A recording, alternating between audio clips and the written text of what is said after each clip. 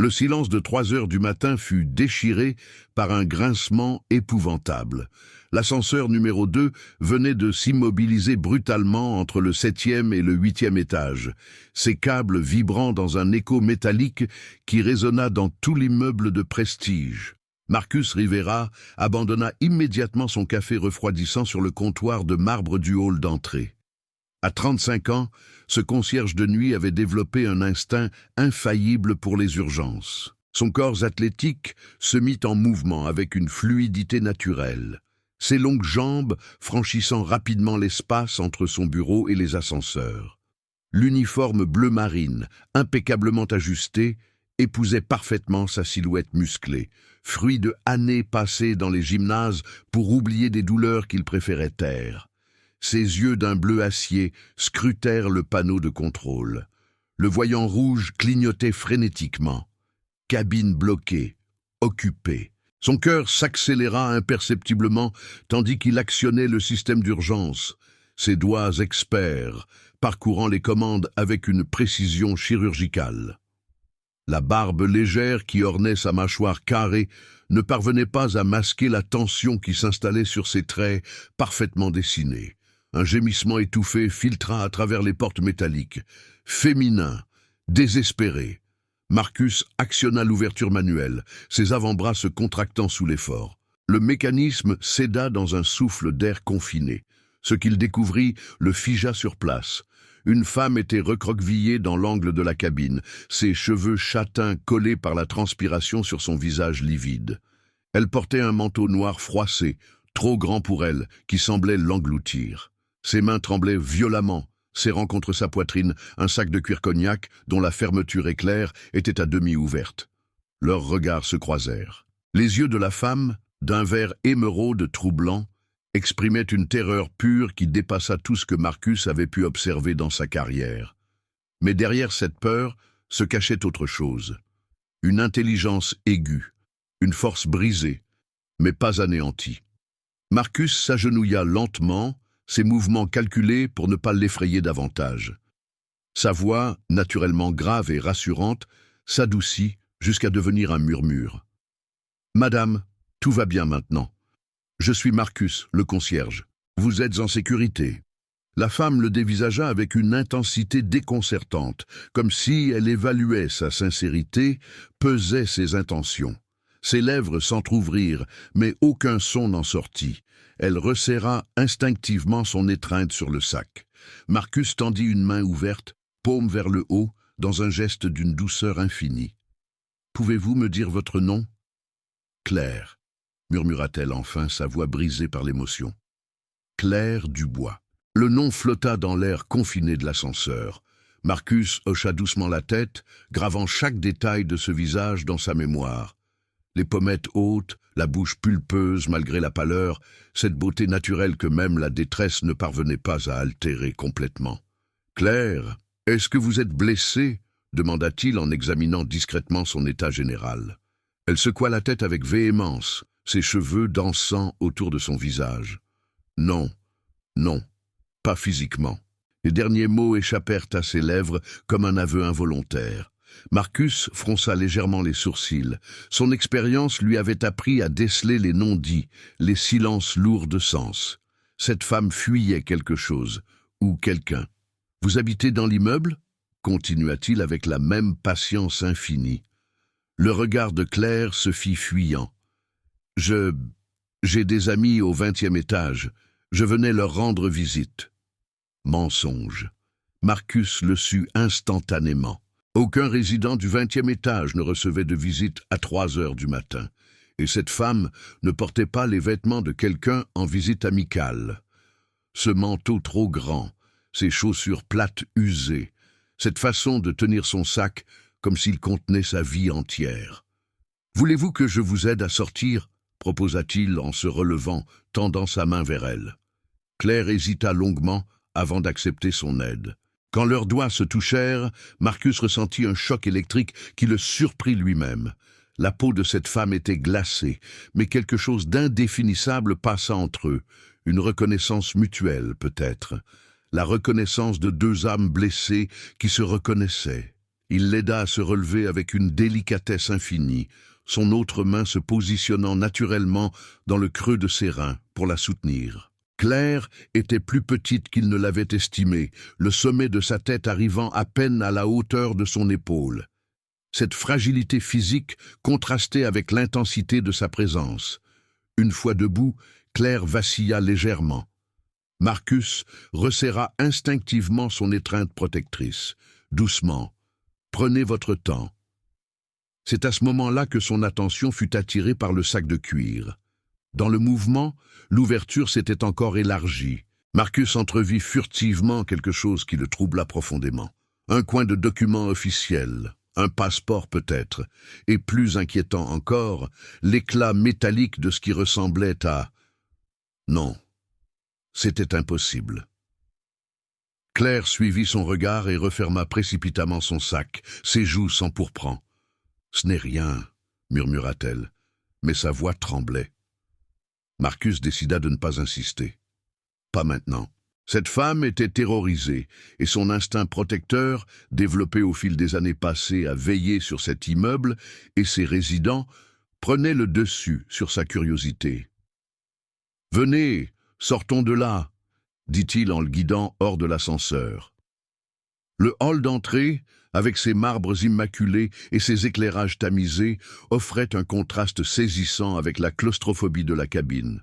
Claire cligna des yeux, éblouie par la lumière, et Marcus remarqua à quel point elle semblait perdue, comme un animal blessé cherchant un refuge. « Asseyez-vous », proposa-t-il en l'orientant vers l'un des fauteuils en cuir de la zone d'accueil.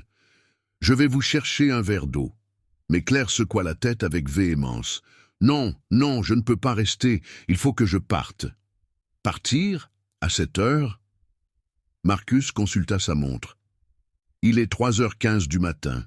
Où pourriez-vous aller ?» Les yeux de Claire s'emplirent de larmes qu'elle refoula aussitôt. « Je ne sais pas. N'importe où. Loin d'ici. » Cette détresse pure toucha Marcus au plus profond de lui-même. Il reconnaissait cette souffrance pour l'avoir vécue.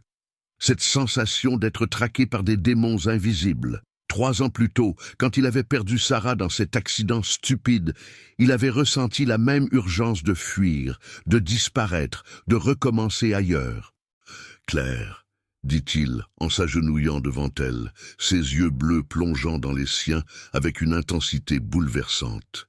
« Vous n'êtes pas obligé de tout me dire, mais laissez-moi vous aider. » Elle le regarda longuement, et Marcus eut l'impression qu'elle voyait au-delà de son apparence, qu'elle devinait ses propres blessures. « Pourquoi ?» murmura-t-elle. « Vous ne me connaissez pas. »« Parfois, c'est plus facile d'accepter l'aide d'un inconnu, » répondit-il avec une sagesse acquise dans la douleur. « Aucun jugement, aucune attente, juste de l'humanité. » Claire ferma les yeux, ses épaules s'affaissant sous un poids invisible. Quand elle les rouvrit, Marcus y eut une décision. « Il ne faut pas appeler les secours, » dit-elle d'une voix ferme malgré sa fragilité. « Promettez-moi que vous n'appellerez personne, ni police, ni ambulance, ni personne. » Cette demande étrange figea Marcus. Le protocole exigeait qu'il signale tout incident, surtout impliquant l'état de détresse évident de cette femme. Mais quelque chose dans sa voix, dans son regard, l'en dissuada. « Claire, si vous êtes en danger... » « Justement, » l'interrompit-elle, « si vous appelez quelqu'un, je serai en danger, plus qu'actuellement. » Le silence s'installa entre eux, lourd de sous-entendus. Marcus sentit son monde basculer. Cette femme mystérieuse, apparue dans son ascenseur comme sortie de nulle part, venait de faire exploser sa routine soigneusement ordonnée. Et malgré tous les signaux d'alarme qui résonnaient dans sa tête, il ne pouvait pas l'abandonner. « D'accord, » dit-il finalement, sa voix grave résonnant dans le hall silencieux. « Je n'appellerai personne, mais en échange, vous restez ici cette nuit.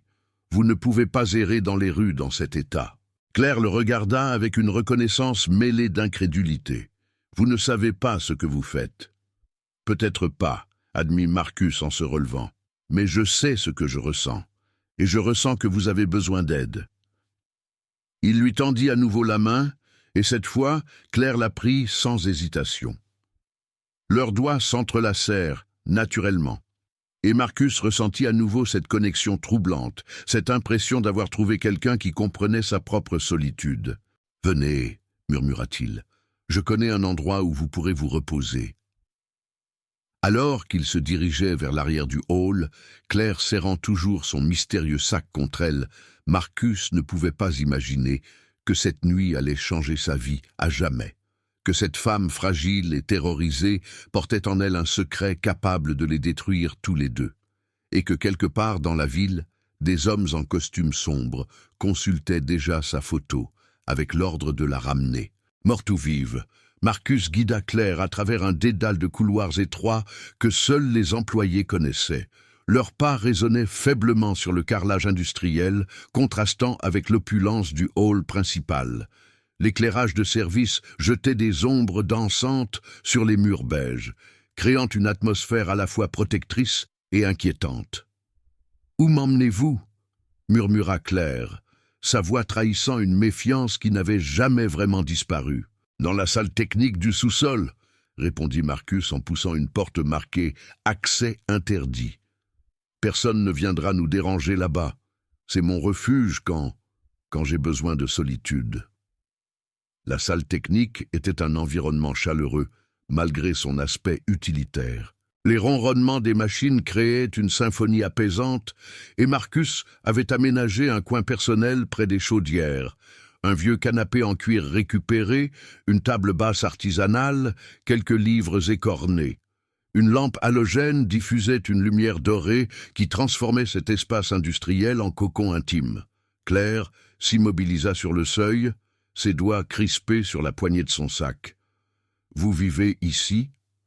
Marcus secoua la tête, un sourire mélancolique étirant ses lèvres. « Ah non, j'ai un appartement à Brooklyn, mais parfois, la nuit, quand les souvenirs deviennent trop lourds, je descends ici. C'est plus facile d'être seul avec sa douleur dans un endroit que personne ne connaît. » Cette confession spontanée sembla désarmer Claire. Ses épaules se détendirent imperceptiblement, tandis qu'elle examinait les lieux avec une curiosité nouvelle. « Vous avez perdu quelqu'un » dit-elle. Ce n'était pas une question. Marcus s'immobilisa, surpris par cette perspicacité. « Comment ?» « La façon dont vous regardez dans le vide parfois, cette gentillesse désespérée avec laquelle vous m'avez aidé, je reconnais cette douleur. » Claire s'avança lentement vers le canapé, ses mouvements prudents comme ceux d'un animal blessé testant un nouveau territoire. Qui était-ce ?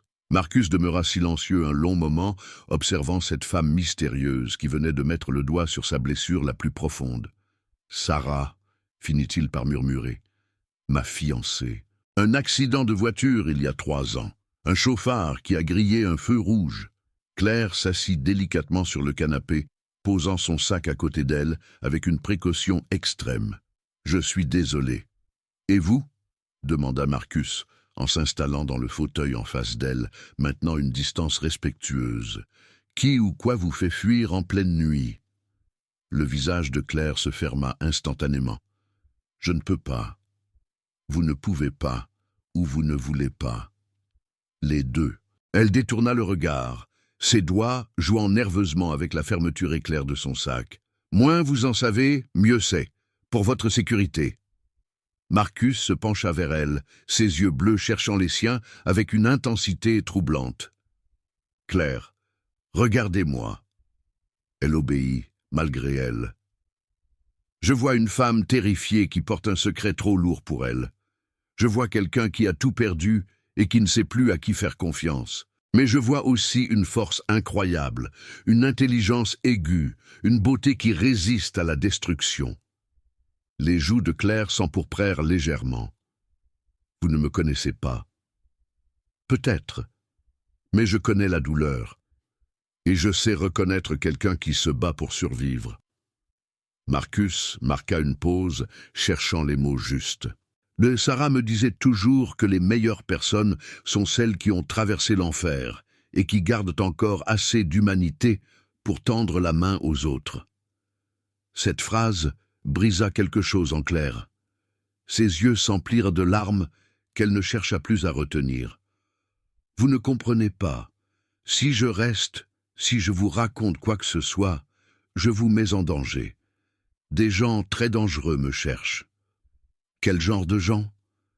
Claire hésita longuement, ses mains tremblant légèrement. « Le genre qui ne laisse pas de témoin. » Un frisson parcourut Marcus. Témoin de quoi? De choses que j'aurais préféré ne jamais voir. Claire ferma les yeux comme si elle revivait un cauchemar. J'étais directrice financière d'une société d'investissement, Rothschild & Associates, une boîte prestigieuse, des clients fortunés, tout semblait parfait, jusqu'à ce que je découvre. Elle s'interrompit brusquement, ses yeux s'ouvrant avec terreur. « Non, je ne peux pas. Je ne dois pas. » Marcus sentit son cœur s'accélérer. Cette femme était impliquée dans quelque chose de grave, quelque chose qui dépassait largement une simple fuite conjugale ou des problèmes financiers personnels. « Claire, si vous êtes en danger, la police... » « La police ?» Claire éclata d'un rire sans joie. « Vous croyez vraiment que je n'y ai pas pensé? Vous pensez que je me serais retrouvée dans cet ascenseur si j'avais eu le choix ?» Elle se leva brusquement, se dirigeant vers la petite fenêtre qui donnait sur la cour intérieure. « Ils ont des contacts partout, dans la police, dans la justice, dans les médias, quand j'ai essayé de témoigner, quand j'ai cru pouvoir faire le bon choix. » Sa voix se brisa. Marcus se leva à son tour, s'approchant d'elle avec prudence. « Que s'est-il passé? Mon avocat a été retrouvé mort dans sa voiture. Suicide apparent. » Claire se retourna, son visage ravagé par la culpabilité. « Et mon assistant, celui qui m'avait aidé à rassembler les preuves, accident de vélo. Très pratique, les accidents. » Marcus sentit un froid glacial l'envahir. « Mon Dieu, Claire. » Alors j'ai compris. Soit je me taisais, soit je mourais. Elle retourna vers son sac, l'ouvrant légèrement. J'ai choisi une troisième option. J'ai tout pris. Tout pris? Claire sortit délicatement une clé USB de son sac. 5 ans de transactions financières. Des transferts vers des comptes offshore. Des noms, des dates, des montants. Tout ce qu'il faut pour faire tomber un réseau de blanchiment d'argent qui brasse des milliards. Marcus fixa la petite clé USB comme si elle était radioactive. « Et vous l'avez gardée? C'est ma seule assurance vie. » Claire remit précieusement la clé dans son sac. « Tant que je l'ai, ils ne peuvent pas me tuer. Mais ils ne peuvent pas non plus me laisser libre. Alors vous fuyez. » Depuis 3 mois. L'épuisement était perceptible dans sa voix. J'ai changé d'identité 4 fois. J'ai dormi dans des motels miteux, des gares, des parcs. J'ai perdu 15 kilos, tous mes amis, ma famille, tout.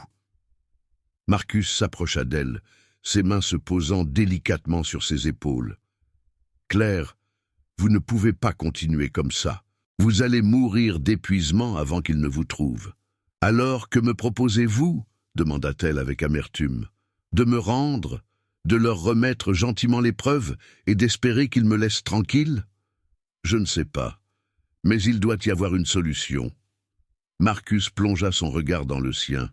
« Vous n'êtes plus seul maintenant. » Ces mots simples eurent un effet dévastateur sur Claire. Elle s'effondra contre lui, ses dernières défenses cédant face à cette promesse de soutien. Marcus la serra contre lui, ses bras puissants l'enveloppant avec une tendresse infinie. Il sentit ses larmes chaudes contre son cou, son corps frêle secoué par des sanglots qu'elle retenait depuis des mois. « Je suis si fatiguée, » murmura-t-elle, « si fatiguée de fuir, de me cacher, d'avoir peur de chaque ombre. Je sais. » Marcus caressa doucement ses cheveux. « Je sais ce que c'est que de porter un fardeau trop lourd. Après la mort de Sarah, j'ai voulu mourir aussi. Pendant des mois, j'ai souhaité que ce chauffard m'ait renversé à sa place. Qu'est-ce qui vous a sauvé? Ce travail. » Marcus sourit tristement. Veiller sur les autres, protéger, aider. Ça donnait un sens à ma survie. Sarah aurait voulu que je continue à vivre, à aimer, à espérer. Claire se dégagea légèrement pour le regarder. « Vous parlez d'elle au passé, mais vous portez encore son alliance. Marcus baissa les yeux vers l'anneau d'or qu'il portait effectivement encore à l'annulaire. Je n'arrive pas à l'enlever, parce que vous culpabilisez de survivre. Claire posa sa main sur la sienne. Moi aussi, je culpabilise de tous ces morts autour de moi, de ne pas avoir eu le courage de me taire, de ne pas avoir eu le courage de parler plus tôt. Leurs regards se croisèrent, et Marcus comprit qu'ils étaient faits de la même étoffe, deux survivants brisés qui reconnaissaient leur douleur mutuelle. C'est à ce moment-là qu'un bruit sourd retentit au-dessus de leur tête. Des pas, lourds, multiples. Dans le hall principal, Claire se figea, ses yeux s'écarquillant de terreur. « Ils m'ont trouvé !» Marcus tendit l'oreille. Effectivement, plusieurs personnes se déplaçaient dans l'immeuble. À cette heure, c'était impossible. Aucun résident n'avait de visite prévue. « Restez ici !» murmura-t-il. « Ne bougez pas !» Mais Claire secoua la tête, agrippant son bras avec une force désespérée. « Non, ne me laissez pas. S'ils vous trouvent seul, ils sauront que vous m'avez vu. » Un deuxième bruit parvint jusqu'à eux, plus inquiétant, le tintement caractéristique d'une arme qu'on arme. « Merde !» souffla Marcus. « Ils sont armés. » Claire ferma les yeux, ses lèvres murmurant ce qui ressemblait à une prière. « Je suis désolé, je vous ai entraîné dans tout ça. »« Hé !» Marcus prit son visage entre ses mains. « Regardez-moi, nous allons nous sortir de là, ensemble. » Un troisième bruit les fit sursauter, plus proche, beaucoup plus proche. La porte de la salle technique venait de s'ouvrir. Une voix masculine, froide et professionnelle, résonna dans l'espace confiné. « Madame Dubois, nous savons que vous êtes là. Sortez les mains visibles. » Claire se retourna lentement, son visage livide. Dans l'encadrement de la porte se tenait un homme en costume sombre, la quarantaine, le crâne rasé, une arme pointée dans leur direction. Derrière lui, Marcus distingua deux autres silhouettes. « Bonsoir Claire, » dit l'homme avec un sourire glacial. « Vous nous avez donné du fil à retordre. » Claire recula instinctivement, se positionnant légèrement derrière Marcus. « Comment m'avez-vous trouvé? Vous avez sous-estimé nos ressources. » L'homme fit un pas dans la pièce, son arme toujours braquée. Caméra de surveillance, reconnaissance faciale, géolocalisation de votre ancien téléphone. Vous avez laissé beaucoup de traces pour une fugitive. Marcus sentit son sang se glacer. Ces hommes n'étaient pas des amateurs. Ils avaient l'assurance de professionnels habitués à ce genre de situation. « Qui êtes-vous » demanda-t-il, surpris par la fermeté de sa propre voix. L'homme au crâne rasé tourna son attention vers lui. « Agent Morrison, sécurité privée. Et vous, monsieur Rivera, vous êtes dans une situation très délicate. »« Il ne sait rien, » s'écria Claire. « Laissez-le tranquille. »« Oh, mais maintenant il sait. » Morrison sourit, mais ses yeux restaient froids comme la mort, ce qui pose un problème. Marcus comprit instantanément l'implication. Ces hommes n'étaient pas venus pour arrêter Claire. Ils étaient venus pour l'éliminer. Et maintenant, lui aussi était devenu un témoin gênant. « Que voulez-vous » demanda-t-il, gagnant du temps. « Ce que Madame Dubois nous a volé. » Morrison fit un signe à ses complices qui s'avancèrent dans la pièce. Une simple clé USB, rien de bien méchant. Claire serra son sac contre elle.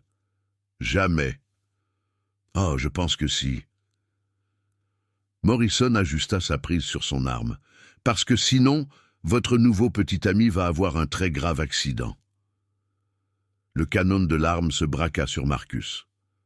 Claire poussa un cri étranglé. « Non !» Elle sortit précipitamment la clé USB de son sac. « La voilà, prenez-la, mais laissez-le partir. » Morrison sourit, tendant sa main libre. Voilà qui est raisonnable.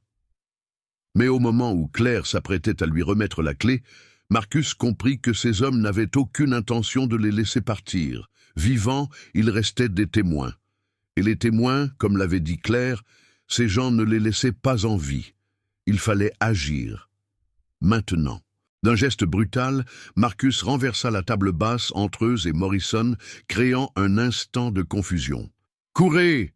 cria-t-il à Claire. La clé USB tomba au sol dans la mêlée. Claire et Marcus se précipitèrent vers la sortie de secours qu'il avait repérée plus tôt. Derrière eux, Morrison hurlait des ordres. « Ne les laissez pas s'échapper, prenez-les vivants !» Mais Marcus savait qu'il mentait. Il n'avait jamais eu l'intention de les laisser partir. Et maintenant, leur seule chance de survie était de fuir, ensemble. La sortie de secours débouchait sur une ruelle sombre derrière l'immeuble. Marcus et Claire jaillirent dans l'air glacial de la nuit, leur respiration formant des nuages de vapeur dans l'obscurité. Le bruit de leurs poursuivants résonnait déjà dans l'escalier métallique qu'ils venaient de dévaler. « Par ici !» Marcus saisit la main de Claire, l'entraînant vers le dédale de ruelles qu'il connaissait par cœur. 8 années à travailler dans ce quartier lui avaient appris chaque raccourci, chaque passage secret. Derrière eux, la porte de secours explosa, littéralement. Morrison et ses hommes se déployèrent avec une précision militaire, leurs lampes torches balayant méthodiquement les ombres. « Séparation !» ordonna Morrison. « Jenkins, prenez l'est. Rodriguez, l'ouest, ils ne peuvent pas aller loin. » Marcus entraîna Claire à travers un passage étroit entre 2 bâtiments, ses muscles tendus par l'adrénaline. Il sentait la main de Claire trembler dans la sienne, mais elle le suivait sans faillir, son instinct de survie prenant le dessus sur la terreur. « Marcus !» halta-t-elle, alors qu'ils émergeaient dans une artère plus large. « Je dois vous dire quelque chose. Sur cette clé USB... » « Plus tard !» l'interrompit-il, apercevant les phares d'une voiture qui tournait le coin de la rue à vive allure. « Ils nous encerclent. » Il la tira vers un parking souterrain dont l'entrée était dissimulée par des échafaudages. L'obscurité les engloutit, offrant un répit temporaire. Marcus plaqua Claire contre un pilier en béton, son corps formant un rempart protecteur devant elle. « Écoutez-moi, » murmura-t-il, son visage à quelques centimètres du sien. Ces hommes ne sont pas de simples agents de sécurité. Ils ont des moyens, de l'organisation, des armes. Qui sont-ils vraiment ? Claire ferma les yeux, luttant visiblement contre elle-même. « Vous voulez la vérité ? Toute la vérité ? » « Oui. Je ne m'appelle pas Claire Dubois. » Sa voix n'était plus qu'un souffle. « Mon vrai nom est Catherine Winters, et je ne suis pas qu'une simple directrice financière. » Marcus sentit son monde basculer à nouveau. « Qui êtes-vous » ? « Agent fédéral. FBI, division crime financier. » Les mots tombèrent comme des pierres dans l'obscurité. « Rothschild & Associates était ma couverture, une opération d'infiltration qui a duré 2 ans. » L'incompréhension se peignit sur le visage de Marcus. « Vous êtes flic » ? « J'étais flic. » Catherine, Claire, secoua la tête amèrement. « Jusqu'à ce que je découvre que ma propre hiérarchie était corrompue. Le directeur adjoint Morrison, vous venez de le rencontrer. Il supervisait l'opération. Morrison. » Marcus se rappela le visage froid de l'homme au crâne rasé. « Il travaille pour vous ?» Il était mon supérieur. Jusqu'à ce que je réalise qu'il n'enquêtait pas sur le réseau de blanchiment. Il le protégeait. Catherine sortit à nouveau la clé USB, ses mains tremblant légèrement. « Cette clé ne contient pas que des preuves contre Rothschild & Associates. Elle contient les noms de tous les agents corrompus, tous les juges achetés, tous les politiciens impliqués. » Marcus comprit soudain l'ampleur du piège dans lequel ils étaient tombés. « Mon Dieu, vous avez découvert une conspiration au sein du FBI lui-même. » Plus large encore. Une toile qui s'étend de Wall Street à Washington. Des milliards de dollars détournés, blanchis, redistribués. Catherine plongea son regard dans le sien. « Quand j'ai essayé de prévenir mes supérieurs, ils ont voulu m'éliminer. Mon avocat, mon assistant, Morrison les a fait tuer pour protéger le secret. » Le bruit d'un moteur se rapprocha dangereusement. Marcus risqua un coup d'œil par-dessus le pilier. 2 voitures noires patrouillaient lentement dans la rue adjacente. « Ils quadrillent le quartier, » murmura-t-il. « Nous sommes piégés. » Catherine se redressa et Marcus vit quelque chose changer dans ses yeux. L'agent fédéral reprenait le dessus sur la femme terrorisée. « Non, Nous avons encore une chance. Laquelle? Il y a un contact. Agent Sarah Chen. Division des affaires internes. Elle enquête discrètement sur la corruption au sein du bureau. Si nous pouvons l'atteindre. Comment? Ils nous traquent avec des moyens illimités. Catherine sourit. Un sourire dur qui rappela à Marcus qu'il avait affaire à une professionnelle entraînée. Parce qu'il sous-estime deux choses. Premièrement, mon entraînement. Deuxièmement, quoi? Vous. Elle posa sa main sur sa joue. Il n'avait pas prévu qu'un homme bien déciderait de me protéger sans rien demander en échange. Cette déclaration toucha Marcus au plus profond de lui-même. Catherine, je sais ce que vous allez dire, que vous n'êtes qu'un concierge, que vous n'avez pas signé pour ça. Elle approcha son visage du sien. Mais vous l'avez fait, dès l'instant où vous m'avez tendu la main dans cet ascenseur. Le vrombissement des moteurs s'intensifia. Morrison et ses hommes resserraient leur étau. « Qu'attendez-vous de moi ?» demanda Marcus, sa voix grave résonnant dans l'obscurité. « Un choix. » Catherine sortit un téléphone de son sac. « Ce téléphone peut joindre agent Chen, mais une fois que nous l'appellerons, il n'y aura plus de retour en arrière. Morrison saura que nous sommes encore vivants, que nous avons les preuves, que nous résistons. Il déploiera tous ses moyens pour nous éliminer. Et l'alternative? Je me rends. Je leur donne la clé USB. Vous retournez à votre vie normale. » Ses yeux se voilèrent. « Et dans quelques jours, on retrouvera mon corps dans une ruelle. Suicide apparent. » Marcus n'hésita pas une seconde. « Donnez-moi ce téléphone. » Marcus, Sarah m'a appris quelque chose avant de mourir. Il prit le téléphone, ses doigts effleurant ceux de Catherine. Elle m'a dit qu'une vie n'a de sens que si on l'utilise pour protéger ce qui est juste. Catherine le regarda avec une intensité bouleversante. « Vous pourriez mourir. Nous pourriez mourir. » Marcus corrigea avec un sourire qui illumina son visage dans l'obscurité. « Mais au moins, nous mourrons en ayant fait ce qui était juste. » Il composa le numéro que Catherine lui indiqua. Quelques sonneries, puis une voix féminine, méfiante. « Chen à l'appareil. »« Agent Chen, ici Marcus Rivera. Je suis avec l'agent Catherine Winters. Nous avons les preuves que vous cherchez. » Un silence. Puis, « Agent Winters est présumée morte. »« Présumée, exactement. » Marcus regarda Catherine qui hocha la tête. Elle a survécu à l'élimination ordonnée par Morrison. Et elle a tout. Où êtes-vous? Marcus donna leur position approximative. Mais dépêchez-vous. Morrison et son équipe nous traquent. Tenez bon. J'arrive avec des renforts. La communication coupa. Au même moment, le bruit des moteurs s'arrêta. Des portières claquèrent. Puis le silence. Un silence plus terrifiant que tous les bruits précédents. « Ils nous ont trouvés », murmura Catherine. Effectivement, des pas résonnèrent dans l'escalier menant au parking souterrain. Morrison et ses hommes descendaient lentement, méthodiquement, balayant chaque recoin avec leurs lampes. « Madame Winters !» La voix de Morrison résonna dans l'espace confiné. « Vous préférez vraiment mourir dans ce parking plutôt que de négocier ?» Catherine et Marcus se regardèrent. Ils étaient coincés. Aucune sortie possible. « Catherine, » continua Morrison, « vous savez que j'ai toujours eu de l'affection pour vous. Vous étiez ma meilleure agent. Pourquoi gâcher tout ça pour un idéal stupide ?»« Parce que, » répondit Catherine en se levant, sa voix portant dans l'obscurité, « certaines choses valent plus que la survie. » Morrison et ses hommes se figèrent, localisant leur position.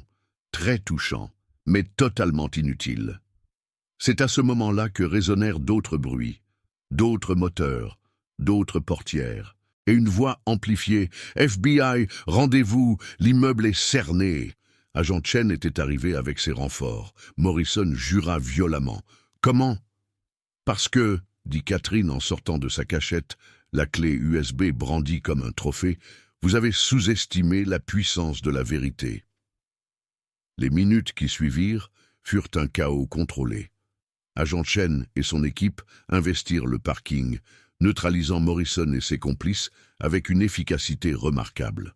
Marcus observa la scène avec un mélange de soulagement et d'incrédulité. Catherine remit solennellement la clé USB à Agent Chen. Tout y est. Compte, virement, nom, date, de quoi démanteler le réseau jusqu'à ses plus hautes ramifications. Agent Chen examina brièvement le contenu sur un ordinateur portable. Son visage se durcit. « Mon Dieu, Catherine, vous avez eu raison de fuir. Avec ça, on va pouvoir nettoyer l'agence de fond en comble. » Tandis qu'on emmenait Morrison, menotté et furieux, Marcus s'approcha de Catherine. « C'est fini ?»« Pour ce réseau, oui. » Elle sourit, mais ses yeux restaient tristes. « Pour moi, je ne sais pas. Il va falloir des mois d'enquête, de témoignages, de procès. » Et après, Catherine le regarda longuement. « Après, si je survis à tout ça, je ne serai plus jamais la même personne. L'agent Winters n'existe plus vraiment. Claire Dubois non plus. » Marcus prit ses mains dans les siennes. « Alors qui serez-vous ?»« Je ne sais pas encore. » Elle se haussa sur la pointe des pieds, déposant un baiser léger sur ses lèvres. « Mais j'aimerais découvrir qui je peux devenir avec vous. » 3 mois plus tard, Marcus trouvait une lettre glissée sous la porte de son appartement. Pas de nom d'expéditeur, mais une écriture qu'il reconnut immédiatement. Marcus. Le procès est terminé. Morrison et 14 autres agents corrompus ont été condamnés. Le réseau de blanchiment a été démantelé. Justice est rendue. Mais plus important encore, j'ai découvert qui je suis vraiment. Ni l'agent Winters, ni Claire Dubois. Juste Catherine, une femme qui a appris qu'on peut survivre à l'enfer quand quelqu'un vous tend la main sans rien demander en échange. Je reviens à New York la semaine prochaine. Nouveau travail, nouvelle vie. Si l'offre tient toujours, j'aimerais découvrir qui nous pouvons devenir ensemble. Avec tout mon amour, Catherine PS. Sarah aurait été fière de vous. Moi aussi, je suis fier de vous. Marcus sourit, ses yeux s'humidifiant légèrement. Pour la première fois depuis 3 ans, il retira l'alliance qu'il portait au doigt. Non pas pour oublier Sarah, mais parce qu'elle aurait voulu qu'il continue à aimer, à vivre, à espérer. Ce soir-là, en faisant sa ronde habituelle dans l'immeuble, Marcus s'arrêta devant l'ascenseur numéro 2. Il repensait à cette nuit où une femme terrorisée avait changé sa vie à jamais, où il avait appris qu'un simple geste de gentillesse pouvait avoir des conséquences extraordinaires. Parfois, sauver quelqu'un, c'est se sauver soi-même. Parfois, tendre la main dans l'obscurité, c'est découvrir la lumière. Et parfois, être simplement humain suffit à changer le monde. L'ascenseur s'ouvrit en douceur, comme s'il l'invitait à monter vers un avenir qu'il n'avait jamais osé imaginer. Marcus sourit et appuya sur le bouton du 20e étage. Il était temps de commencer à vivre à nouveau.